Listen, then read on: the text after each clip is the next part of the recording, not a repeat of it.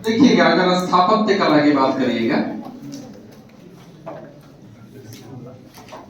शाहजहां के स्थापत्य कला की बात करिएगा, बस बात समझते ना। स्थापत्य कला का मतलब क्या होता है? स्थापत्य कला का मतलब होता है ये भवनों का निर्माण, ठीक है। और भवन का जब निर्माण होता है तो उसमें डिजाइन भी अलग अलग होती है, ठीक है। किसी भी भवन के डिजाइन के आधार पर उस कला के बारे में हम जानकारी प्रस्तुत करते हैं। क्लियर है? जैसे अगर मैं कह दूं मंदिर निर्माण की जो शैली है उसमें नागर शैली भी है, बेसर शैली भी है और द्रविड़ शैली भी है ना। तो कहीं न कहीं अगर आप उसके भवनों के निर्माण की बात करिएगा तो स्थापत्य कला का स्वर्ण काल कहा जाता है शाहजहां के काल को। स्थापत्य कला का स्वर्ण काल कहा जाता है किसके काल को? शाहजहां के काल को। क्लियर है? दूसरी बात क्या है, अगर इसके काल की बात करेगा तो जो चित्रकारी है, चित्रकार दो चित्रकार बड़े फेमस थे। एक था मोहम्मद फकीर और दूसरा था मीर कासिम। दूसरा कौन था? ये दो बड़े प्रसिद्ध चित्रकार रहे हैं शाहजहां के काल के। इनको राजकीय संरक्षण दिया है कौन? शाहजहां। इसके अलावा अगर आप बात करिएगा स्थापत्य कला में तो जो ताजमहल है, यह स्थापत्य कला का उत्कृष्ट एग्जाम्पल कौन है? ताज। हमने आपसे कहा था कि ताजमहल का जो ठेकेदार था कौन था? ईशा खान। और मुख्य वास्तुकार कौन था? उस्ताद अहमद लाहौरी। इसके बाद हमने साथ आपसे चर्चा की थी कि जो ताजमहल है, ताजमहल के पहले ही दिल्ली में क्या बना है? हुमायूं का मकबरा। हुमायूं का जो मकबरा है वह ताजमहल का अग्रगामी माना जाता है। इसके साथ एक और बात कर दे, मकबरे की बात कर दे, जहांगीर के काल का है। जहांगीर के काल का है, निर्माण कराया है नूरजहां ने। उसका नाम है इत्मादुद्दौले का मकबरा। इत्मादुद्दौला का मकबरा। इस मकबरे की एक खासियत ये है कि यह मकबरा प्योरली सफेद संगमरमर का है, इसमें कहीं कोई दाग नहीं है। लेकिन और एक बात कही जाती है कि इस मकबरे के पीछे पीतरा दुरा एक निर्मित चित्रकारी है जो अलंकृत चित्रकारी है, ठीक है। पीतरा दुरा नामक जड़ाऊ कार्य भी किस मकबरे में किया गया है? इत्मादुद्दौले के मकबरे में। ये आपको पता है कि यह उपाधि किसको मिली थी? मिर्जा गियास बेग को, जो नूरजहां का क्या था? पिता था। क्लियर है? और जो इत्मादुद्दौला की जो उपाधि है यह ईरानी परंपरा की सर्वोच्च उपाधि। दूसरी बात, नूरजहां से विवाह किया था जहांगीर, ईरानी था, फारसी था। तो इसको जब पद पे लेकर के आया तो इसको वजीर भी बनाया था किसने? जहांगीर ने, ठीक है। इसके बाद अगर आप बात करिएगा तो ताजमहल के अलावा दिल्ली में लाल किला है। लाल किला किसने बनवाया है? शाहजहां ने। इसके अलावा दिल्ली में जामा मस्जिद भी है। जामा मस्जिद है। आगरा में शीश महल है। और दिल्ली में ही दीवाने खास, इस सब का निर्माण किसने कराया है? इसके अलावा हमने आपसे बताया था कि राजधानी दिल्ली लाने के लिए आगरा से उसने एक शहर भी बसाया है, शाहजहानाबाद, जो दिल्ली में ही क्या है? यमुना के किनारे। क्लियर है? सबसे बड़ी बात क्या है? एक और है, हमने कहा था आपसे मयूर सिंहासन यानी मयूर का मतलब मोर की आकृति का सिंहासन। मयूर क्या है? मोर क्या है? हमारा राष्ट्रीय पक्षी है। और मोर की सुंदरता कितनी उत्कृष्ट है आप समझ सकते हैं उसको, ठीक है। तो देखिएगा मोर की आकृति का सिंहासन का निर्माण भी किसने कराया था? और इसका निर्माण करता था बेबादल खान। कौन था? और मयूर सिंहासन के बारे में कहा जाता है कि इसका निर्माण शाहजहां ने कराया और पहली बार इस पर कौन बैठा था? शाहजहां ने। और अंतिम बार इस पे बैठा था मोहम्मद शाह ने। और जब नादिर शाह का आक्रमण हुआ था तो मयूर सिंहासन को लेकर अपने साथ ईरान कौन चला गया? नादिर शाह। ठीक है, तो इन सारे जितने भी भवन निर्माण है, जितने भी बिल्डिंग्स का निर्माण है, इन निर्माण जो उत्कृष्ट नमूना अलंकृत चित्रकारी से किया गया है किसके काल में? शाह। इसलिए शाहजहां में शाहजहां के काल को स्थापत्य कला का स्वर्ण काल भी कहा। क्लियर है?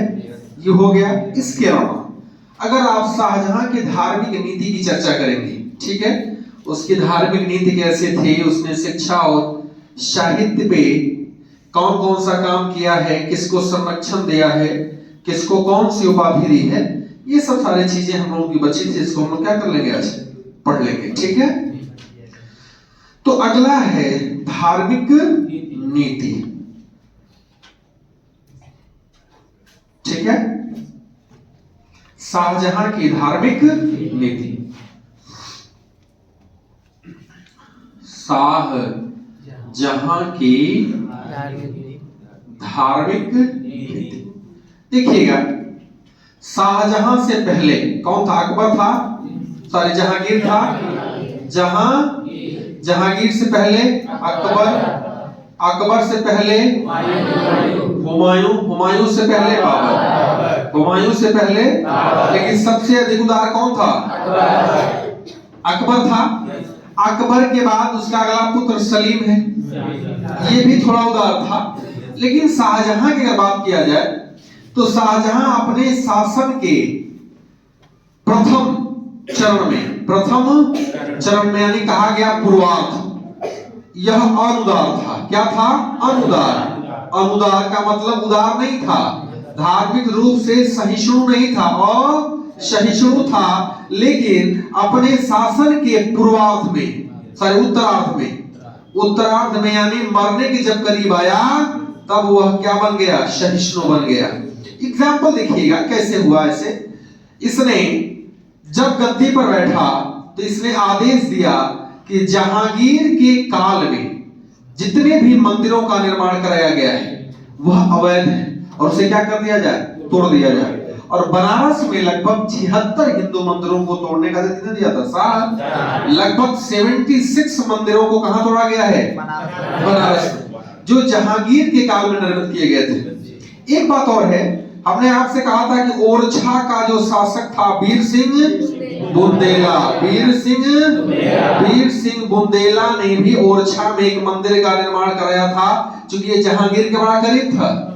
इसी ने किसकी हत्या की थी? अबुल फजल की।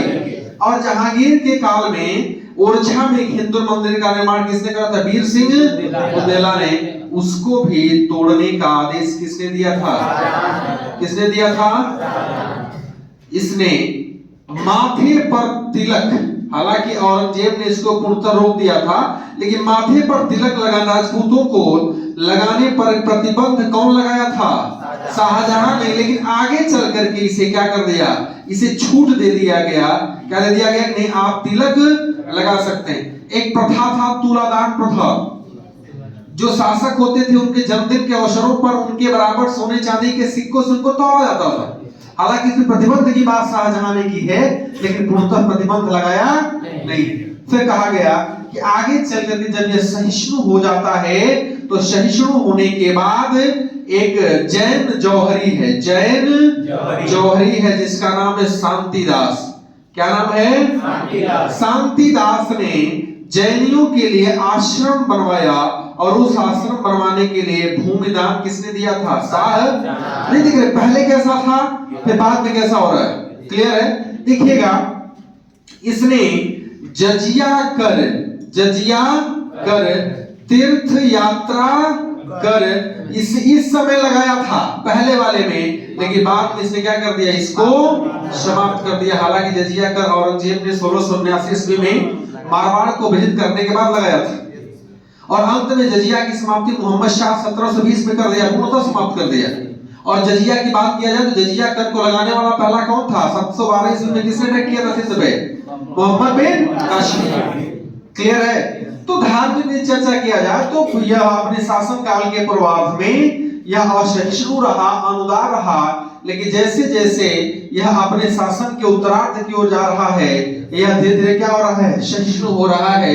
जिसमें देखिए कि जजिया कर को भी समाप्त कर देता है, तीर्थ यात्रा कर को भी समाप्त कर देता है, फिर यह जैनियों के लिए आश्रम के लिए भूमि प्रदान करता है। लेकिन उसके पहले आप देखिएगा यह लगभग 76 हिंदू मंदिरों को कहां तोड़ा था? बनारस में। फिर वीर सिंह बुंदेला ने जो निर्माण करा था मंदिर जहांगीर के काल में, क्या कर दिया? उसको इसने तोड़वा दिया। इस धार्मिक नीति के साथ साथ इसने शिक्षा और साहित्य पर भी काम किया है। शिक्षा और साहित्य पर भी काम किया है। अगर आप शिक्षा और साहित्य की बात करिएगा तो अकबर के काल से ही शिक्षा और साहित्य पर विशेष ध्यान दिया गया। तमाम विद्यालयों का निर्माण कराया गया, संगीतकारों को प्रश्रय दिया गया है। किसके काल में? अकबर के काल में। ट्रांसलेशन डिपार्टमेंट बना है किसके काल में? अकबर के। तो हूबहू यही चलाया किसने? शाहजहां ने। और शिक्षा के लिए कहा गया कि जो शाहजहानाबाद का गठन कराया था किसने? शाहजहां ने। वहीं पे भी एक था मस्जिद, जामा मस्जिद। उसी जामा मस्जिद के बगल में एक विद्यालय का निर्माण किसने कराया था? अकबर के काल से चली आ रही शिक्षा संस्थानों को वित्तीय सहायता किसने दिया है? शाहजहां ने, ताकि वो विद्यालय बंद न हो पाए। फारसी के साथ साथ हिंदी, संस्कृत और उर्दू जैसी भाषाओं के विकास के लिए भी शाहजहां ने काम किया है। अगर आप बात करिएगा हिंदी, तो हिंदी के विद्वान कवियों में एक कवि थे सुंदरदास। कौन थे? दूसरे थे चिंतामणि, और तीसरे थे कविंद्राचार्य। ये जो तीनों थे ये हिंदी के प्रकांड विद्वान थे। और इन विद्वानों को राजकीय संरक्षण किसने दिया था? शाहजहां। हालांकि कहा गया था किसने? फिर जाकर के जब तीर्थ यात्रा कर की बात आई, लगाने की बात आई, तो कविंद्राचार्य के द्वारा कहे जाने पर इसने क्या कहा? कि ठीक है, हम तीर्थ यात्रा करब नहीं लगाएंगे। ठीक है, तो कितने हैं? सुंदरदास, चिंतामणि, कविंद्राचार्य। ये क्या है? हिंदी के प्रकांड विद्वान। इसके अलावा संस्कृत के जो प्रकांड विद्वान थे उसमें वंशीधर, एक है हरि नारायण, और एक है जगन्नाथ। कौन है? देखिएगा, जगन्नाथ संस्कृत के प्रकांड विद्वान भी हैं और संगीतज्ञ भी हैं। संगीत भी यानी गाना भी गाते थे। कौन? जगन्नाथ। ठीक है, इन तीनों को राजकीय संरक्षण दिया था किसने? शाह। लेकिन जगन्नाथ को एक उपाधि दिया था महाकवि राय की। महाकवि, तो महाकवि राय की उपाधि किसने दिया था? शाहजहां। किसको दिया था? पंडित जगन्नाथ को। जगन्नाथ संस्कृत के प्रकांड विद्वान भी थे और एक महान संगीतज्ञ भी थे। क्लियर है? हिंदी के विद्वान कौन कौन हैं? चिंतामणि। एक संगीतज्ञ और थे जिसका नाम था लाल खां। क्या नाम था उनका? लाल खां को इसने गुण समंदर की उपाधि दिया था। गुण समंदर की किसने दिया था? शाहजहां। शाहजहां के काल में मुल्ला फरीद नामक एक ज्योतिष रहा करता था। क्या नाम उसका? मुल्ला फरीद। और मुल्ला फरीद ने एक खगोलीय चार्ट तैयार किया था और उस खगोलीय चार्ट का नाम था जिज ए शाहजहानी। क्या नाम था उसका? जिज ए शाहजहानी। जिज ए शाहजहानी। क्लियर?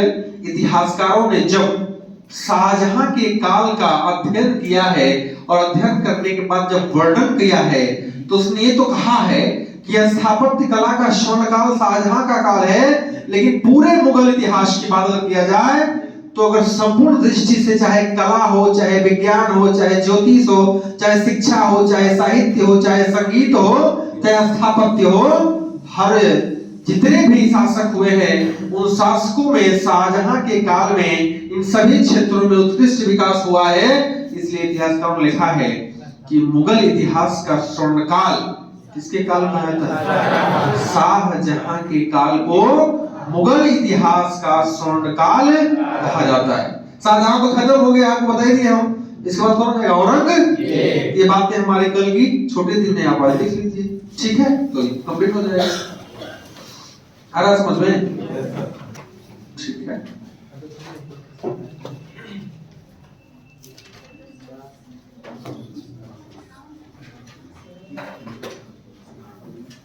इसको मिटा देना।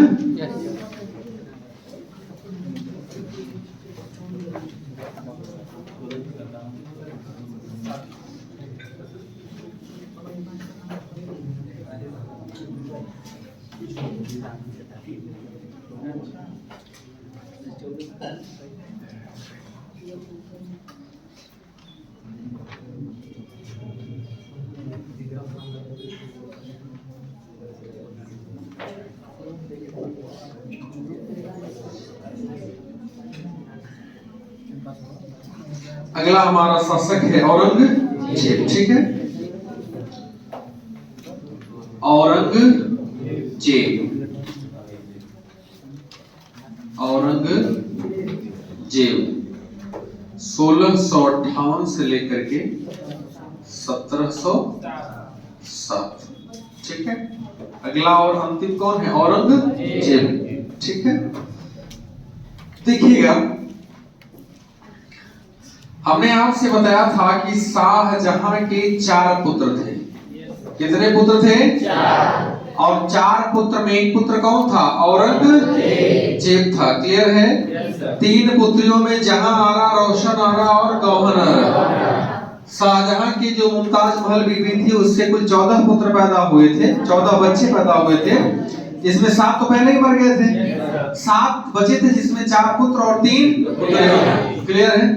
देखिएगा, औरंगजेब का जो जन्म हुआ था वो हुआ था 24 अक्टूबर 1618 को। कब हुआ था? और हुआ था दाहोद में। कहा हुआ था? ये दाहोद आज गुजरात में है, उस समय उज्जैन में पड़ता था। कहाँ पड़ता था? और आज उज्जैन किसका पार्ट है? एमपी का। क्लियर है? लेकिन जो दाहोद जहां जन्म हुआ है, कहां किसका पार्ट आज समय में है? गुजरात का। उस समय कहां था? उज्जैन के पास था। क्लियर है? और आज उज्जैन किसका पार्ट है? एमपी का पार्ट। क्लियर है? औरंगजेब का जो पूरा नाम था वो था मुहीउद्दीन मोहम्मद औरंगजेब था। क्लियर है? पिता का नाम क्या था? शाहजहां था। और माता का नाम क्या था? मुमताज महल। मुमताज, जिसे आप कह सकते हैं अर्जुमंद बानो। और ये किसकी पुत्री थी? आसफ खान के। और आसफ खान नूरजहां का भाई था। क्लियर है? विवाह किससे होता है? शाहजहां से। और देखिएगा कि उससे जो पुत्र है औरंगजेब, चूंकि उत्तराधिकार की लड़ाई में, जिसकी चर्चा हमने कल कर दिया था आपसे, उत्तराधिकार की लड़ाई में दारा शिकोह जो शाहजहां का सबसे बड़ा पुत्र था ना शाहजहां का। और शाहजहां के साथ ही कहां रहता था? आगरा में, ठीक है? और उसका जो एक भाई था शाह सुजा। कौन था? शाह, ये रहता था बंगाल में। औरंगजेब कहाँ था? दक्कन में। औरंगजेब कहाँ था? और मुराद था गुजरात में। कहाँ था? और इस संबंध में आप देखिएगा कि युद्ध हुआ था, बहादुरपुर का युद्ध, जिसमें ये हार गए थे। कहाँ गया? बंगाल। मुराद की सेना औरंगजेब की सेना आपस में मिले और एक युद्ध हुआ धर्मत का युद्ध। क्लियर है? उसमें कौन हारा? दारा शिकोह। दूसरा युद्ध हुआ सामूगढ़ का युद्ध, उसमें भी दारा हारता है। और तीसरा होता है देवराई का युद्ध, उसमें भी दारा शिकोह। और दारा शिकोह जब हारता है तो इस्लाम की अवहेलना का आरोप लगा कि उसको क्या कर दिया जाता है? मार दिया जाता है।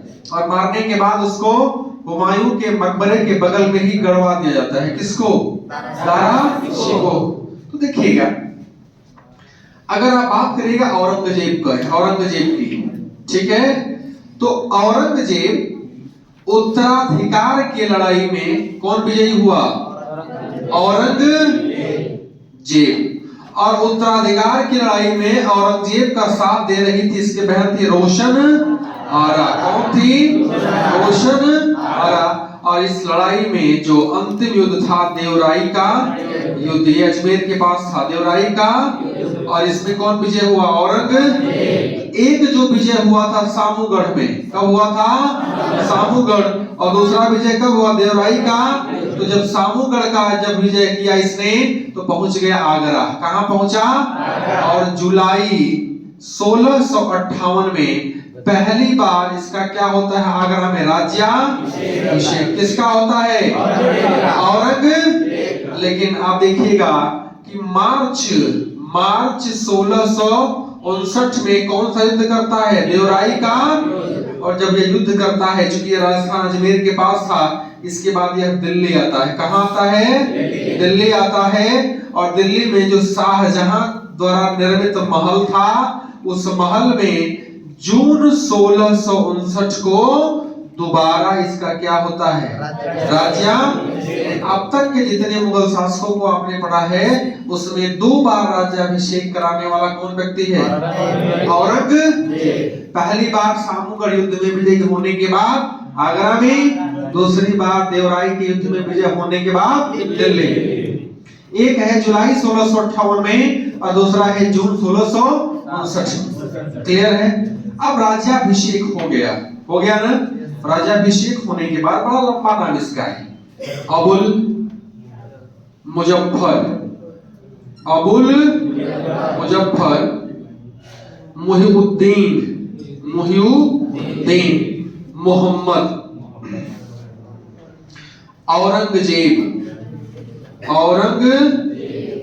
यहाँ पे मोहम्मद बहादुर औरंगजेब आलम बादशाह गाजी। इतना लंबा नाम किसका है? औरंगजेब। क्या नाम है? अबुल मुजफ्फर मुहिउद्दीन मोहम्मद बहादुर औरंगजेब आलमगीर बादशाह गाजी। क्लियर है? गाजी का मतलब काफिरों का घातक, बादशाह उपाधि है, आलमगीर इसका एक नया नाम है, औरंगजेब तो नाम ही है, बहादुर के बाद इसको शाहजहां ने दिया है। किसने दिया है? किसको दिया है? औरंगजेब। क्यों दिया है? क्योंकि आप देखिएगा कि 1633 में 1633 गद्दी पे कौन है? शाहजहां। बेटा कौन है? औरंगजेब। हाथियों का युद्ध हो रहा था। क्या हो रहा था? हाथियों का युद्ध। और जब युद्ध होगा तो राजा और उसके जो करीबी हैं, सरदार हैं, वो सभी बैठ के देखते हैं।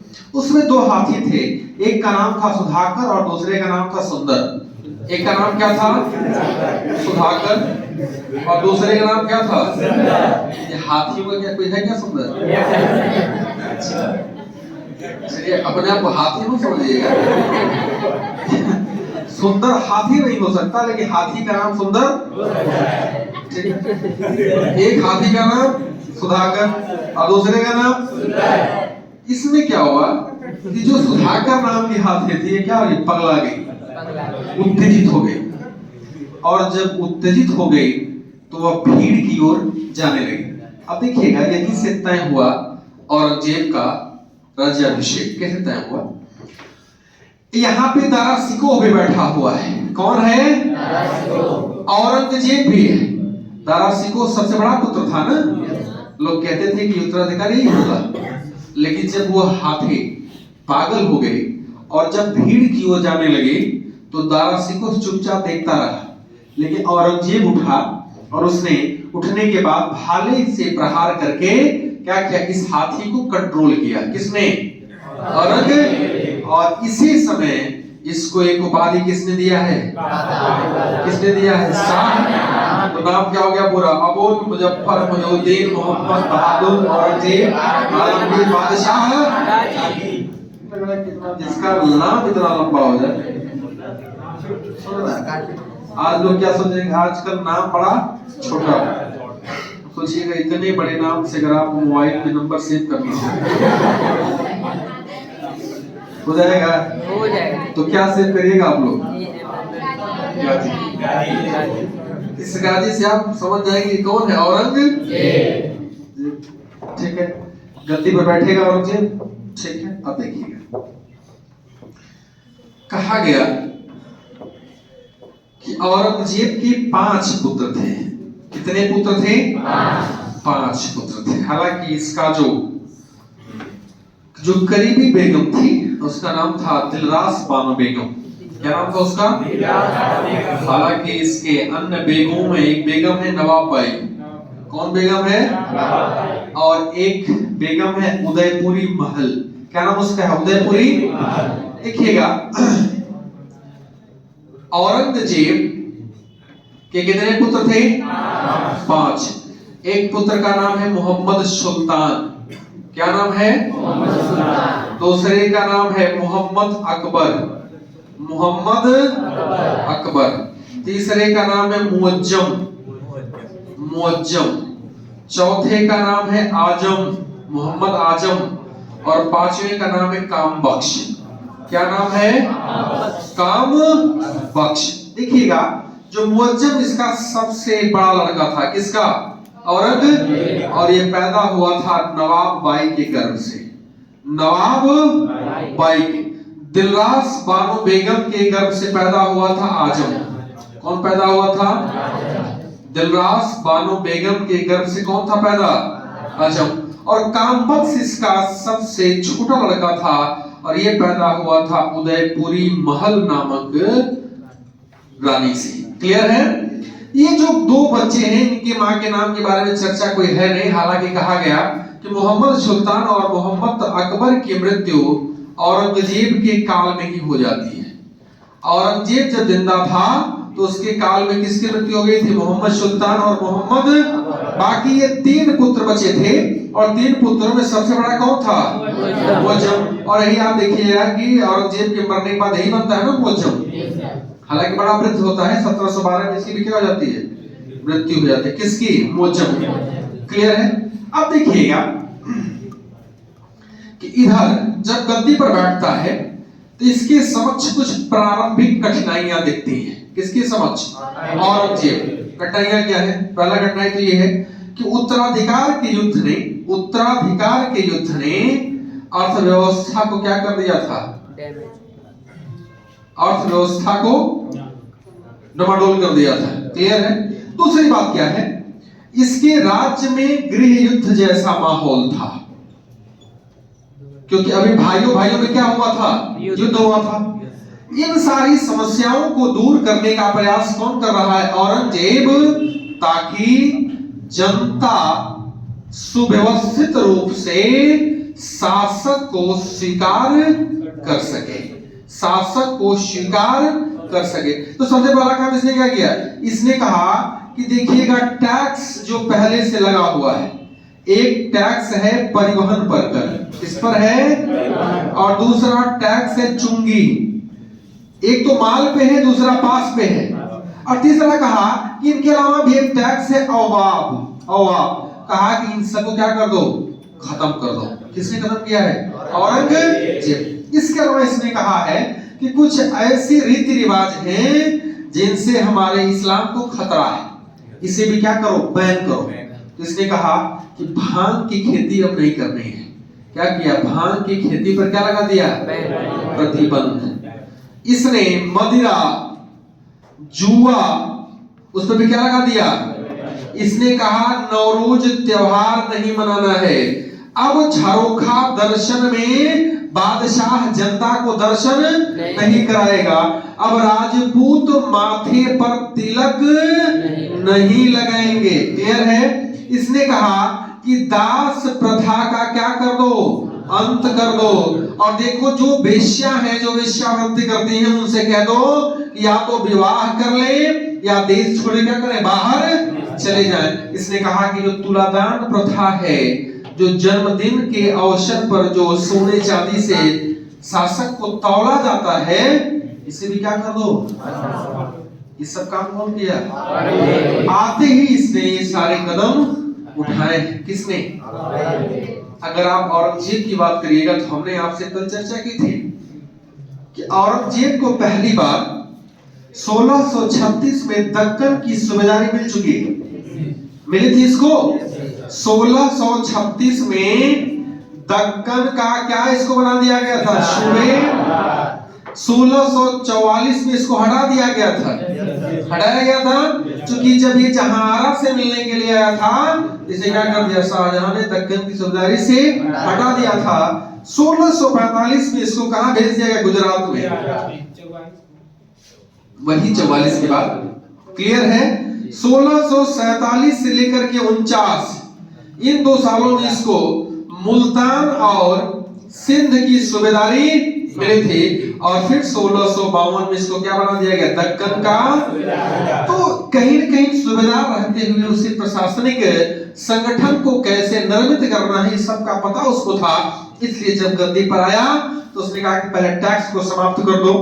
जो कुरीतियां उसको लगी कि नहीं इस्लाम के खिलाफ है, जो कुरान के खिलाफ है, क्या करो इसको सबसे पहले तुम बैन कर दो।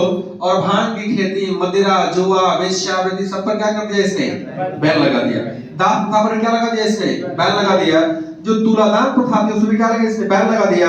और जो माथे पर तिलक लगाने की परंपरा थी राजपूतों पर, उसको क्या कर दिया इसने? कौन कर दिया? अब देखिएगा ये सब कार्य करने के बाद अब इसकी बारी आती है साम्राज्य का विस्तार कैसे करें। क्लियर? यही होता है।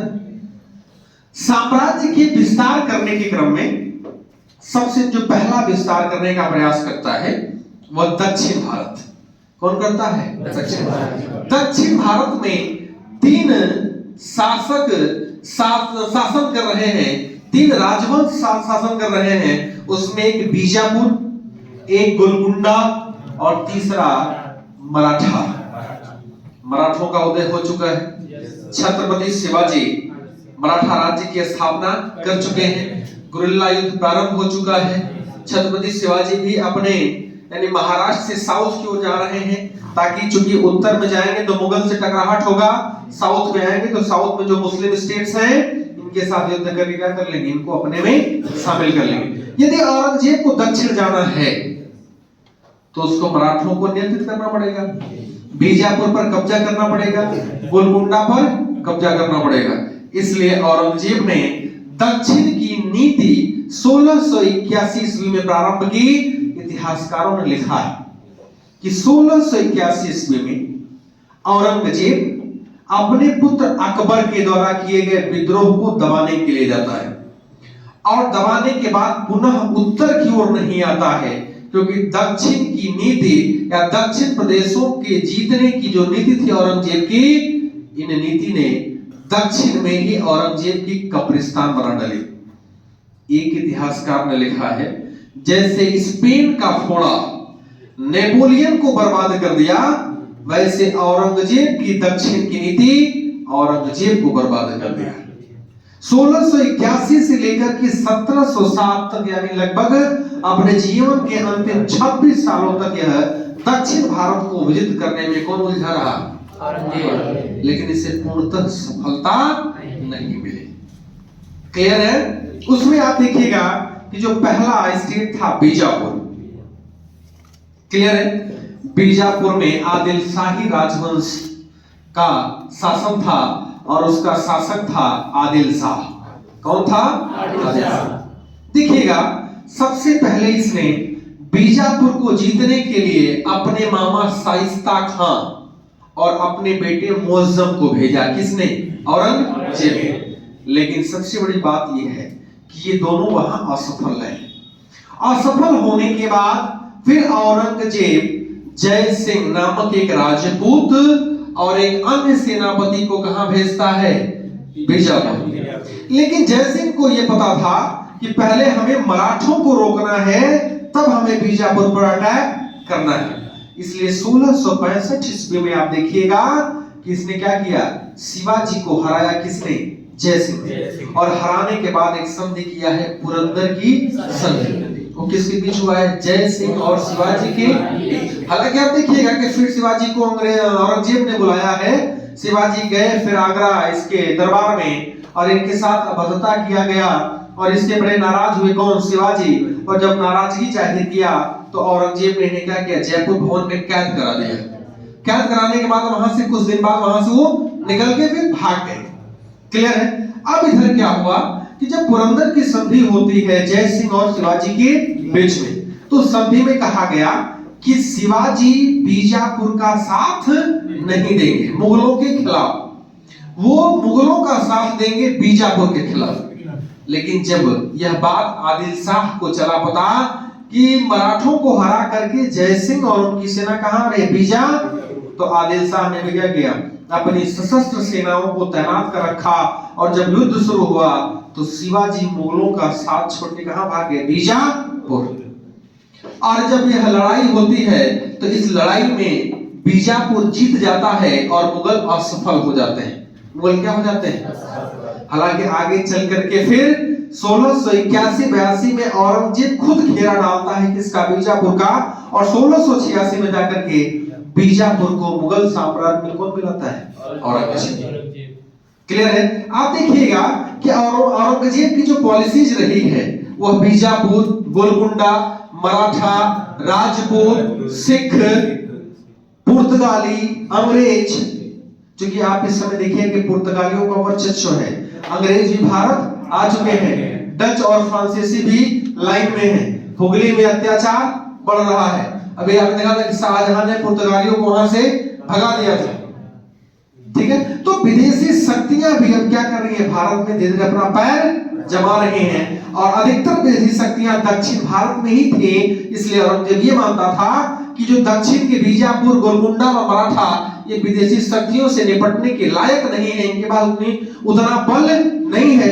इसलिए चाहता था कि इनको हरा करके इनको अपने अधीन कर ले ताकि हम विदेशी शक्तियों के साथ आसानी से लड़ लें।